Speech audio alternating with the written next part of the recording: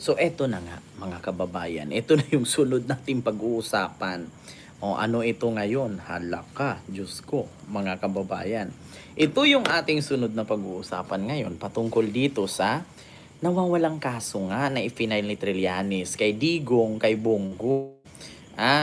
Hawak na daw ito ni Rimulya noon. Sabi ni Rimulya, nahawakan ko na yan. Actually, finail na ni Trillanes yan a year ago. Sabi ni Rimulya. Pero ngayon nung hinahanap niya, nawala. 'Di ba? Ma'am Nida Dines, so madaming nasira doon sa rally-rally. So ito po 'yun mga kababayan. Ako, tatanungin po natin ngayon mga kababayan. Ay, 2 years ago na pala tong aking picture sa Hong Kong. Ngayon mga kababayan, tatanungin po natin kung nasaan po ang ikinaso ni Trillanes noon, kung bakit nawala. Nako, ito na mga kababayan. Ito po mga kababayan, nagsalita si Rimulya. Which means hindi final. Hindi ko alam, pero yun ang eksaktong kaso na final ni Trillanes nung sa araw. Pagka yung nahanap ko yung file dito, hindi ko mahanap yun. Which means hindi final. Hindi ko alam, pero yun ang eksaktong kaso na final ni Trillanes nung sa araw. Pagka yung nahanap ko yung file Not sure of the right move? May ads lang mga kababayan. So yun po yun mga kababayan, kung narinig nyo po at nakita nyo po. Hinahanap ngayon ni Boyeng Rimulya kung nasaan itong ifinail na kaso ni Trillanes kay Bongo at kay Digong na plunder. Kasi hindi daw po niya makita. Naku po, eto na mga kababayan. Isa na si Tito Sen doon sa Dito. Ito mga kababayan, Diyos ko. Halak ka, Diyos mio Marimar. Nako, Diyos ko. Nasaan kaya mga kababayan yung ifinail na kaso?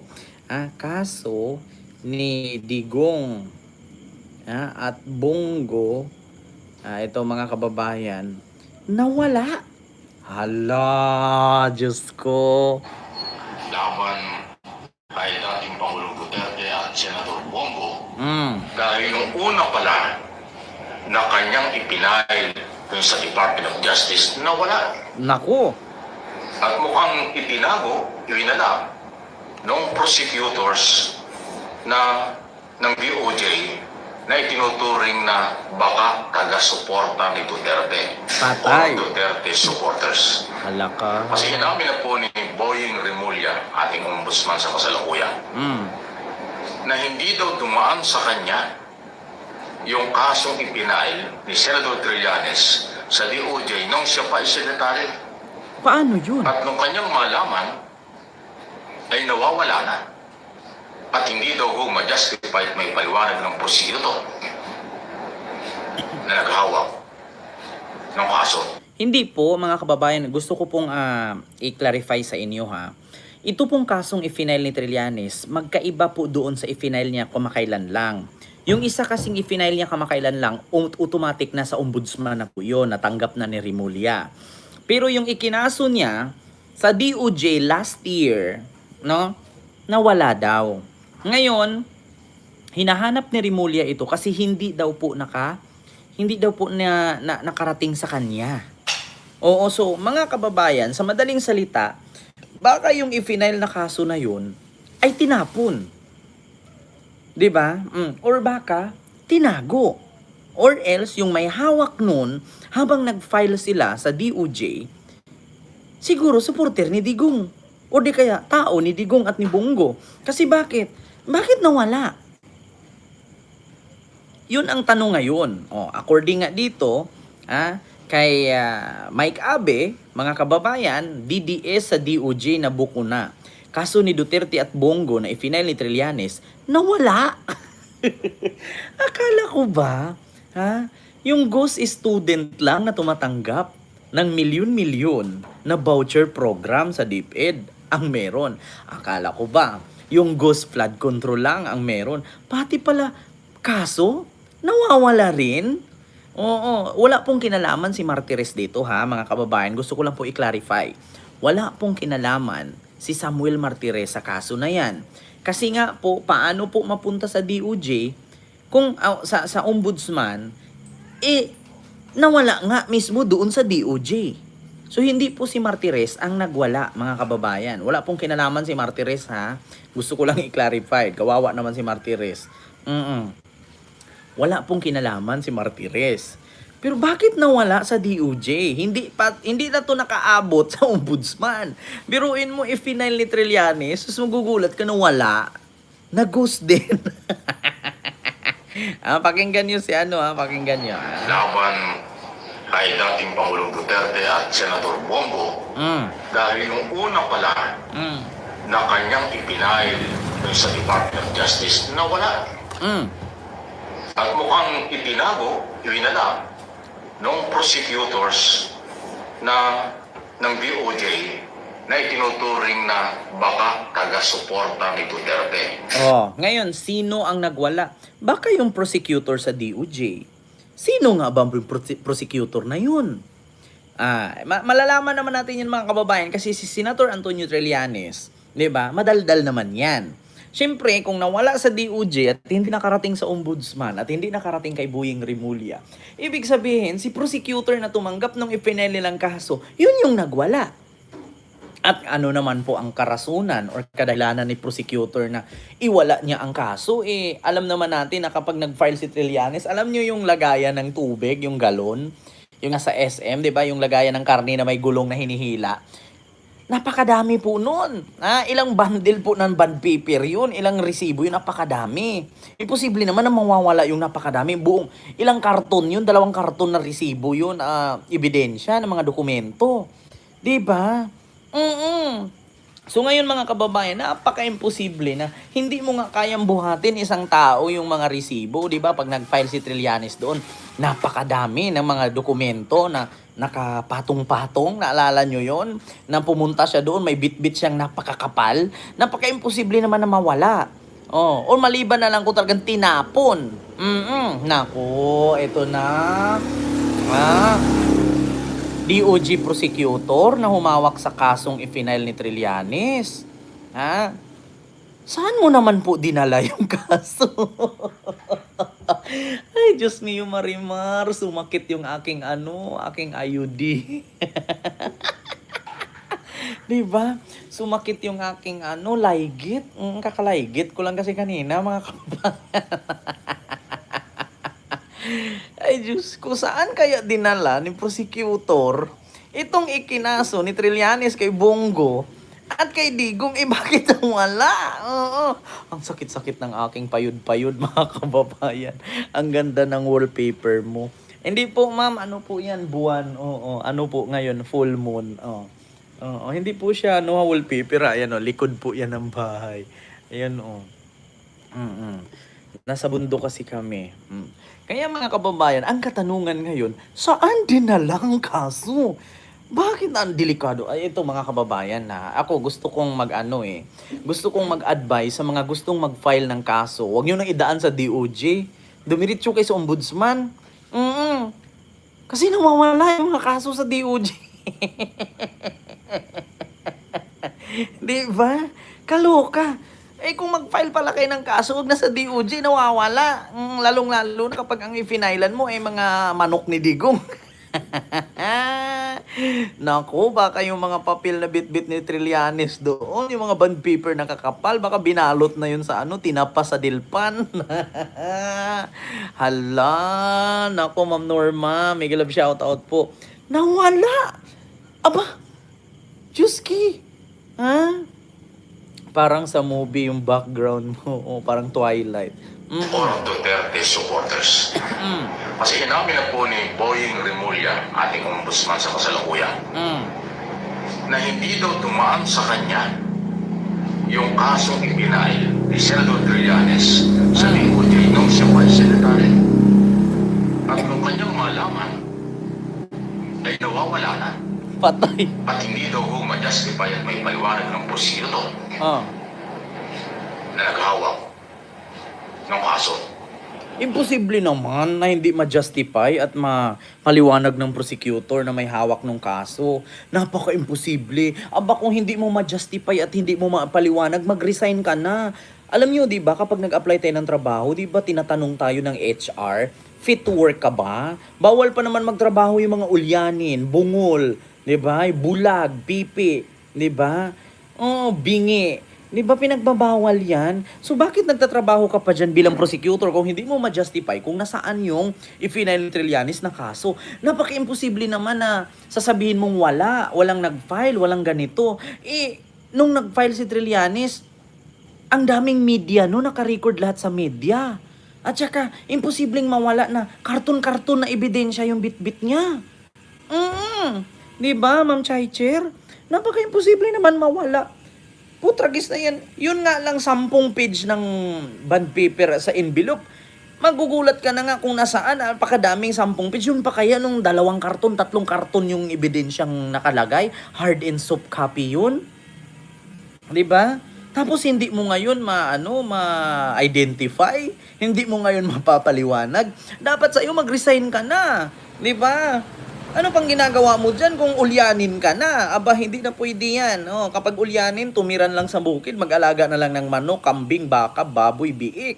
Diba? Diyos ko.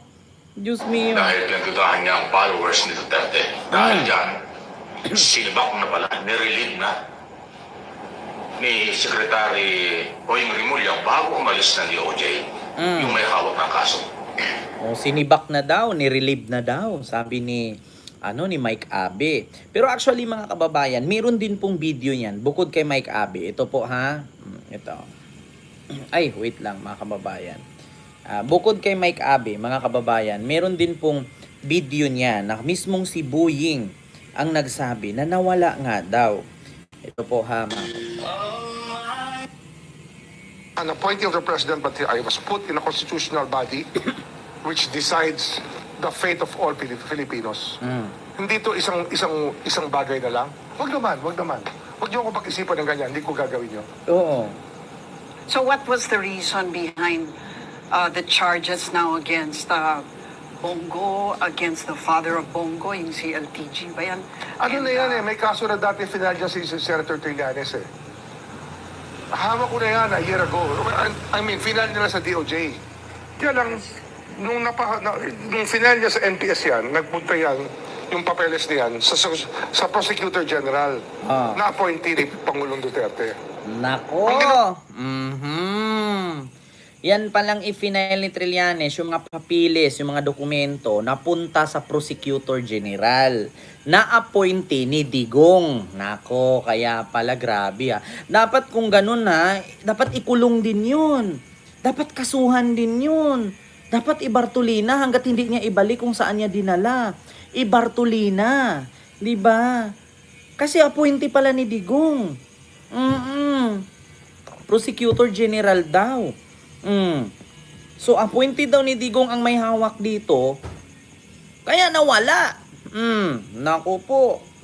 Kaya lang, nung final niya sa NPS yan, nagpunta yan, yung papeles niyan, sa Prosecutor General, na appointee ni Pangulong Duterte. Ang ginawa niya, imbis na ipakita sa Secretary of Justice, dinaretso niya rito sa Ombudsman. Hanggang yung hinahanap ko yung file dito, hindi ko mahanap Patay. Which means hindi final. Hindi ko alam, pero yun ang eksaktong kaso na final ni Trillanes nung sa araw. An appointee of the president, but I was put in a constitutional body which decides the fate of all Filipinos. Hindi to isang bagay na lang. Wag naman. Kita ninyo? Appointee ni Digong. Sabi mismo ni Boying yan. Hindi natin alam kung sino yung appointee ni Mang Kanor, sino yung Poncio Pilato na yan. Oo. Bakit ni-relieve or sinibak daw? Hindi natin alam. Bakit ganun lang sinibak? Dapat kinasuhan yun. Kung ako kay Trillanes noon, filean ko ng kaso yun. Hahabulin ko yun. Bakit? Nag-file ka ng kaso para sa katarungan ng taong bayan sa pambubulakdol ni Digong at ni Bongo. Iwawalain mo? Hindi naman sinabing dinismiss, hindi rin sinabing binasura kasi hindi pa nga na process. So doon pa lang mismo, tinanggap pa lang doon sa counter. Tapos nagugulat ka na wala. O, di ba? Kita ninyo mga kababayan, ganyan katarantado si Duterte. Grabe katarantado talaga. Grabe katarantado. Kita mo yan, magpa-file ka ng kaso laban sa kanya, meron kang tao dun sa loob, meron kang mata dun sa loob, magugulat ka, biglang nawala. O, bakit wawalain? Kasi tao nga naman niya yun. O, di ba? Kaya kung naalala ninyo mga kababayan, bago bumaba si Samuel Martires, merong 200 plus ka-empleyado ang kanyang tinanggap. Hindi natin alam baka yung 200 plus na yun, puro DDS yun. Naku mga kababayan, nakita ninyo? Kaya alam na kung anong ginagawa dyan. Diba? Baka tinapo na yun. Oo, kita ninyo? Tapos sasabihin ninyo ngayon, si Boying masama. Kung hindi dahil kay Boying, hindi natin malalaman yan. Yung kaso ni Joel Villanueva, biglang na-dismiss o na hindi alam ng tao. Kung hindi dahil kay Boying yun, hindi natin malalaman yun. Tapos ito pa, bagong pasabog ni Boying ngayon. Yun palang i-final ni Trillanes noon, no? Kay Digong at kay Bongo na plunder case, na dalawang plunder yan plunder doon sa CLTG Builders at yung plunder doon sa 16 billion na warship ng Philippine Navy. So ngayon, mga kababayan, dalawang plunder case yun. So, mga kababayan, ang tanong, kaya pala walang nangyari, kaya pala walang nakulong, walang naaresto, walang nakasuhan, kasi nawala nga naman. Diba? Biruin ninyo, ganun siya. Ganun siya katarantado. Si Duterte talaga, tarantadong tudong-tudo. Diba, punto por punto talagang pagkahanayupak talaga ni Digong. Kita nyo yan? Kaya pala galit na galit sila kay Boying. Kaya pala ayaw nilang si Boying maging ombudsman. Kasi bakit? Mabibisto yung kabulastugan nila. Diba? Kita ninyo? Oo. Diyos ko po. Kaya pala galit na galit kay Boying. Tinadtad ninyo ng kaso hanggang sa last minute. Pinapadisbar ninyo.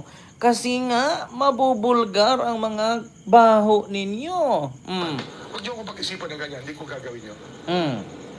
So what was the reason behind the charges now against Bongo, against the father of Bongo, yung si LTG ba yan? Ano na yan may kaso na dati final dyan si Senator Trillanes Hawak ko na yan a year ago. I mean, final nila sa DOJ. Kaya lang, nung final niya sa NPS yan, nagpunta yan, yung papeles niyan, sa Prosecutor General, na-appointee ni Pangulong Duterte. Prosecutor General, na-appointee ni Duterte. Ngayon, sino ba yung Prosecutor General na yan, na-appointee ni Digong? At saan niya dinala? Ginawa niya, imbis na ipakita sa Secretary of Justice, dinaretso niya dito sa Ombudsman. Imbis na daw na ipakita niya ni Secretary General or Prosecutor General ng DOJ kay Boying, diniretso niya kay Martires. So sa madaling salita, ay mali pala ako mga kababayan. Nagkamali ako ng analyze. So si Martires nga pala ang nagtapon. Hala, tama nga kayo. Imbis daw na ipakita kay Boying, diniretso sa ombudsman. Ngayon, nung hinanap ni Boying sa ombudsman, wala. Saan mo dinala, Martires? Saan mo dinala, Martires? May connection pa rin si may connection pa rin si Diyos mio Marimar. Diba? Ay nako, Diyos ko. Wag na tayo magtaka. Ma'am Elena Garcia, Ma'am Chaicher. Diba? Imbis daw na idaan ni Prosecutor General doon sa Secretary of Justice, diniretso sa Ombudsman. Pagdating doon sa Ombudsman, hinanap ni Boying, wala sa Ombudsman. O baka ibang ombudsman ang nahatiran, baka diniretso dun sa Dilpan. Bakit? Ano bang gagawin yan dun sa Dilpan? Ibalot sa tinapa. Kumati ang ulo ko bigla. Kanina pa to kumati sa kakaisip. 204 ba naman yung hired? Di ba? Ngayon, kaya nga pala mga kababayan. Kaya pala nag-hire ng 204 bago umalis. Diyos ko po. So, ibig sabihin, may kinalaman si Marty Ritt. Nako, ulitin ko ha, ulitin. Hanggang ngayon, hinahanap ko yung file nito, hindi ko mahanap. Which means hindi final. Dinaretso nila ito sa ombudsman. Ah. Hanggang ngayon, hinahanap ko yung file nito, hindi ko mahanap. Which means hindi final. Hindi ko alam, pero yun ang isaktong kaso ng Fidel Trillanes nung sa araw. An appointing the President of the Ayos put in a constitutional body which decides the fate of all Filipinos. Hindi ko isang bagay na lang. Huwag naman. Huwag niyo ko pag-isip. Kita ninyo, mga kababayan, Diyos mio Marimar. So, ibig sabihin nga, na kay Martires. So what was the reason behind the charges now against Bongo, against the father of Bongo, yung si LTG ba yan? Ano na yan, may kaso na dati Fidel si Senator Trillanes eh. Hawak ko na yan a year ago. I mean, final na sa DOJ. Kaya lang, nung final niya sa NTS yan, nagpunta yan, yung papeles na yan, sa Prosecutor General, na-appointed ni Pangulong Duterte. Ang ginawa niya, imbis na ipakita sa Secretary of Justice, dinaretso niya ito sa ombudsman. Hanggang ngayon, hinahanap ko yung file nito, hindi ko mahanap. Which means hindi final. Hindi ko alam, pero Hala, hanggang ngayon daw nung hinanap ni Buying, itong i-final ni Trillanes, hindi daw mahanap. Hala, saan kaya dinala yan? Diyos ko, kaya siguro yung mga i-final noon, di ba, na mga kaso ni Digong kay pagbaba ni Laila de Lima, nawala lahat. Grabe kayo Digong Grabe kayo mga DDS. Ay bakit? Ano ba masasabi nyo? I-supporter nga ni Digong, appointee ni Digong. DDS, grabe kayo ganyan kayo. Hindi pa po pwedeng kasuhan yun? Hindi pa pwedeng bartulinahin yun? Hindi pa kainin ng isang buwan hanggang sa mamatay? Kasi ano yan Di ba? Kaya ito yung isa sa sinasabi, mga kababayan, ni Attorney Cristina Conte na hindi talaga pwedeng palayain si Digong. Kasi bakit? Grabe ka ma-impluwensya yan. Kita ninyo, bumoto nga ang mga senador para i-house arrest si Digong. Kika senador, biruin nyo, wala na yan sa power, wala na sa posisyon niya, nakakulong na lahat-lahat. Ma-impluwensya pa rin. Kaya ang utak ng ICC talaga. Di ba? Biruin ninyo, wala na si Digong mamamatay na. Ilang wati na lang ang hindi nakapirma. Pero may mata pa rin siya, tao pa rin sa loob ng ombudsman at DOJ. Kita nyo yan. Ganon sila kamakapangyarihan. Kita ninyo? Imbes na dumaan kay Buying, diniretso sa ombudsman. Kaya dito ko napagtanto-tanto mga kababayan na kung bakit galit na galit si Baste, galit na galit si Pulong at si Sara kay Buying Rimulya. Kasi si Buying talagang tinik sa kanila. Biruin nyo yan, Secretary of Prosecutor General, diniretso sa ombudsman, hindi dinaan sa Secretary of Justice. Ang laking sampal yun. Ang laking kabastusan yun, mga kababayan. Oo, ikaw yung Secretary of Justice, hindi mo ipapaalam sa'yo, diniretso sa ombudsman. So, parang naging Secretary of Justice na yung Prosecutor General. Pwede ba yung ganun? Pwede ba yun, mga kababayan? Hindi mo na ipapadaan sa ida-direct mo na? So, parang yun, si Trillanes nagbayad ng fixer? Ano yun, fixer lang? Parang kukuha ka ng LTO license? Hindi ka nadadaan sa window 1, diretso ka window 8? Ganun ba yun? Tapos releasing na lang? Hala, Diyos ko po. Grabe, grabe. Hala, ganyan pala sila. Grabe. yun ang isaktong kaso ng Fidel Trillanes nung sa araw. An appointing the President of the Ayos put in a constitutional body which decides the fate of all Filipinos. Hindi ko isang bagay na lang. Huwag naman. Huwag niyo ko pag-isipan na hindi ko gagawin yun.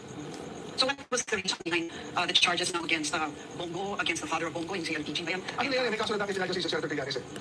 Hawak ko na yan a year ago. I mean, final na sa DOJ. Kaya lang, nung final niya sa NTS yan, nagpunta yan, yung papeles na yan, sa Prosecutor General, na-appointed ni Pangulong Duterte. Ang ginawa niya, imbis na ipakita sa Secretary of Justice, dinaretso niya ito sa ombudsman. Hanggang ngayon, hinahanap ko yung file nito, hindi ko mahanap. Which means Diba? Hanggang ngayon, hinahanap ko, hindi ko mahanap So, which means hindi final. Hindi ko alam.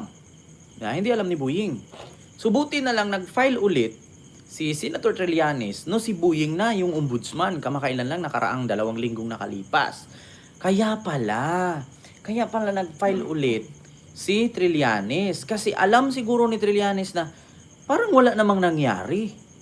Parang wala namang update. Kasi nga nawala. Hala, Diyos ko po. Naku, Diyos mio. Ito na. mga kababayan, speaking of DDS, Harold Evans, hello